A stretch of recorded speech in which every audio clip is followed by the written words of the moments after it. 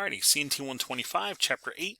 I have a section here on subnetting questions on exams. As you encounter exams or certification exams, they love to give you subnetting questions, and they give you some of the information and ask you to infer a whole bunch of stuff from that. So they're like, hey, do you know all these things about, borrowing bits and planning and what the subnet mask does and CIDR notation, all that stuff? They're like, can you interpret all that and tell us a piece of information? So let me give you a couple samples of the kinds of things they're going to give you and how to start tackling them. What you can do in our class to help is subnetting labs. As we do our labs later this semester, we're going to be subnetting and putting our own IP scheme in for the labs. So there's a chance to continually practice this. We also have a subnetting practice quiz and a subnetting review quiz. Subnetting practice quiz is there to do as many times as you want to earn bonus points. The review quiz will eventually be a homework quiz for a quiz grade, if you will. Okay, so there's a lot of things out there to help you with this. Well, let's tackle a couple of these types of questions. One of the first ones I like to ask you is, can you infer from here how many subnets, how many hosts kind of thing can you get from a IP/subnet mask?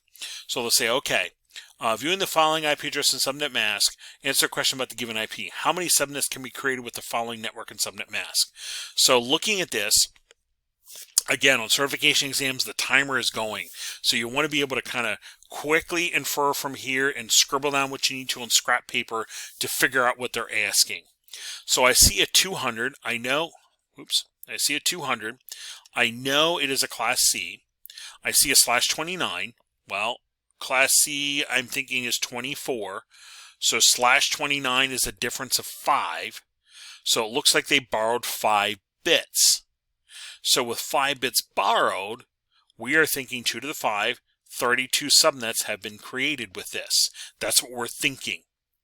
And that's what you'd want to find in your answer or plug in your answer kind of quickly.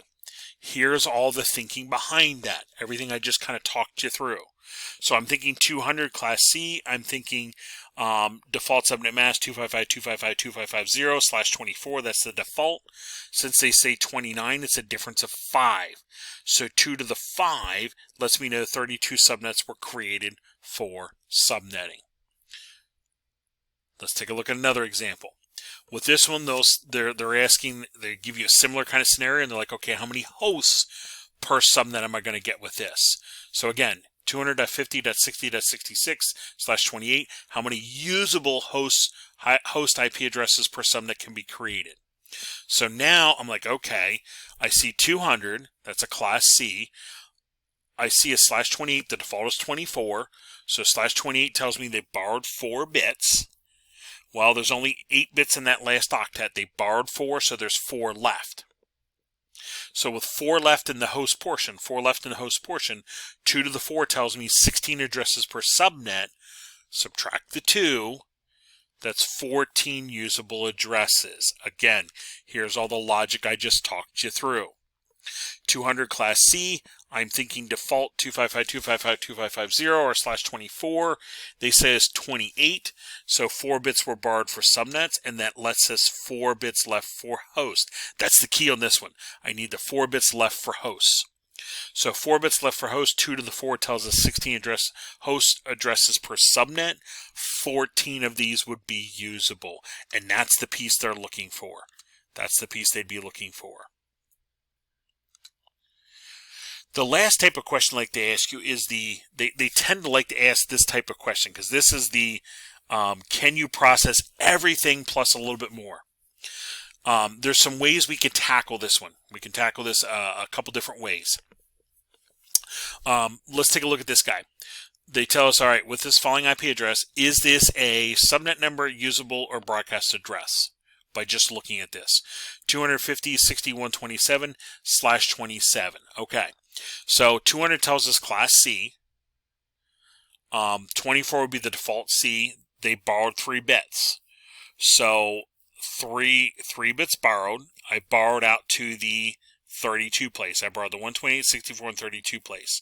So my subnets are going to go up by a factor of 32. So I could do 32 and keep going to see what I get. Let me see if I can pull my calculator up here just so you can see. Again, you would not be able to use a calculator on exam. But if I do 32, let me see if I can get it in here. 32 plus 32. Okay. There's my 64. Let me go. Let me see if I can squeeze it in here a little bit more. There we go. And I'll keep going. 96, 128.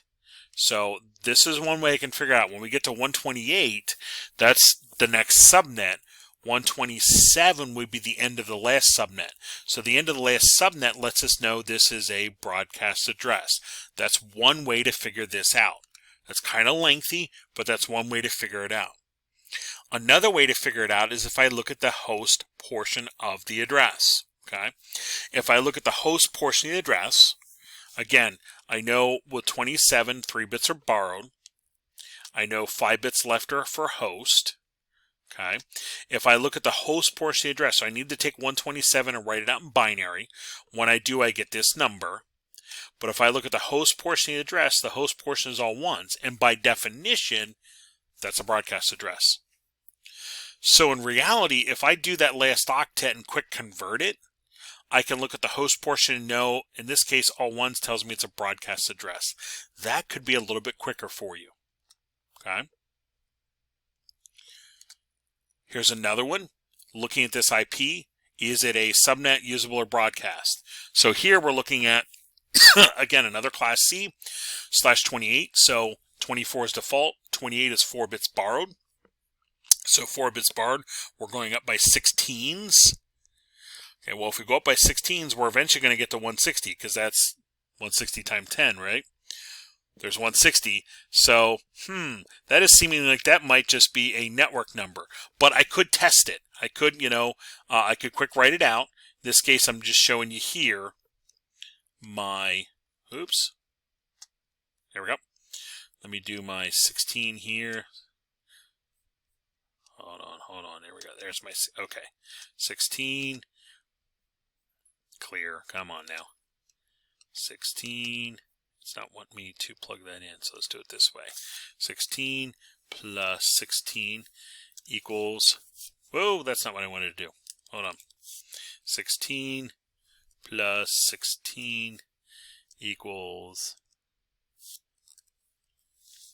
now we got it. 32, 48, 64, 80, 96, 112, 128, 144, 160. So if I keep adding 16s, I'll see that at 160 is one of the network numbers. That'd be kind of the long way to do this, but I would get that information. I would know it's a network number. The other way to do this is, again, look at the host portion. So class C, 4 bits are being borrowed. We know from the /28, 4 bits are being left for hosts. Okay, if I take this 160 and convert it, I get 1010 and all zeros in the host portion. There's the key.